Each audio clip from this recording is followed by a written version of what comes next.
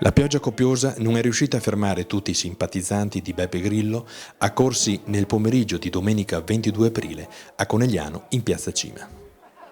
A meno di 2 settimane dal voto amministrativo, il fondatore del Movimento 5 Stelle, che si definisce né di destra né di sinistra, è venuto in città a presentare il candidato sindaco e la lista comunale che lo sosterrà. Ad accoglierlo una piazza gremita di cittadini che hanno voluto rendere onore a chi ha inventato un non partito, un movimento della gente che dialoga e si confronta sulla rete. Ma quanti e chi sono i seguaci di Grillo? Sono 800.000 persone che ci seguono su Facebook. Uno dice vabbè 800.000, però ognuno di loro ha 50 amici. 800 per 50 fa 40 milioni.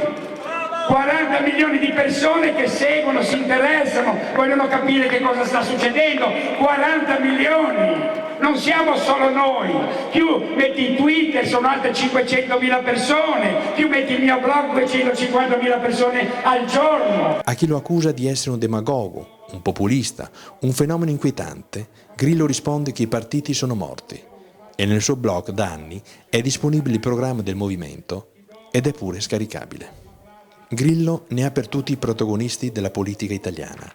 Con la sua satira pungente che fa leva sul pubblico, nessuno sfugge alle sue critiche.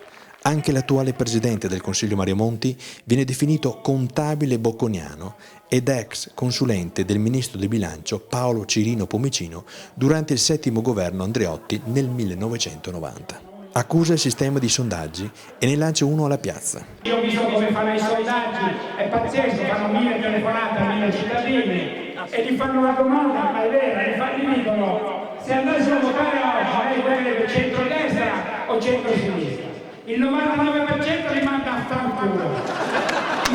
L'1% dice non lo so, questi sono i loro sondaggi.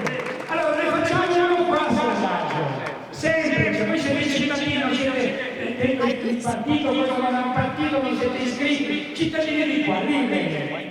Allora, no, tu butta le telecamere su di loro, per cortesia, se andassimo a fare domani, chi di voi, alza la mano, chi di voi vorrebbe PDL o PD?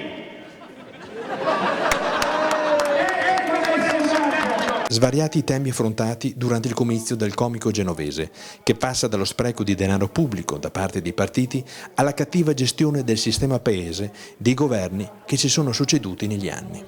L'Italia sta attraversando un momento difficile. Come rispondere al grido di aiuto lanciato dalle piccole e medie imprese, saltate alla ribalta della cronaca in questi ultimi mesi, con degli imprenditori che hanno deciso di togliersi la vita a causa della crisi economica e della difficoltà a far fronte ai propri impegni. Il messaggio è che di aspettare 2 o 3 mesi siamo col culo a bagno e per forza dovremo occuparci delle emergenze, quindi di non fare gesti assolutamente, perché la prima cosa che faremo, questo paese è fallito, quindi troveremo fondi per far sopravvivere le persone, la prima cosa, dalle pensioni metteremo un tetto massimo di 3.000 euro, un minimo di 1.000, a trovare i soldi, giusto i rimborsi elettorali che ci daranno indietro, all'eliminazione delle province, all'accorpamento dei comuni, tutti i soldi che entreranno e andranno a finanziare la piccola e media impresa, detassare il lavoro che è il più alto d'Europa, aumentare i salari che sono i più bassi d'Europa, defiscalizzare la piccola e media impresa, la prima cosa, e aiutare la gente a non chiudere, perché se chiudono un'azienda che ha 30 anni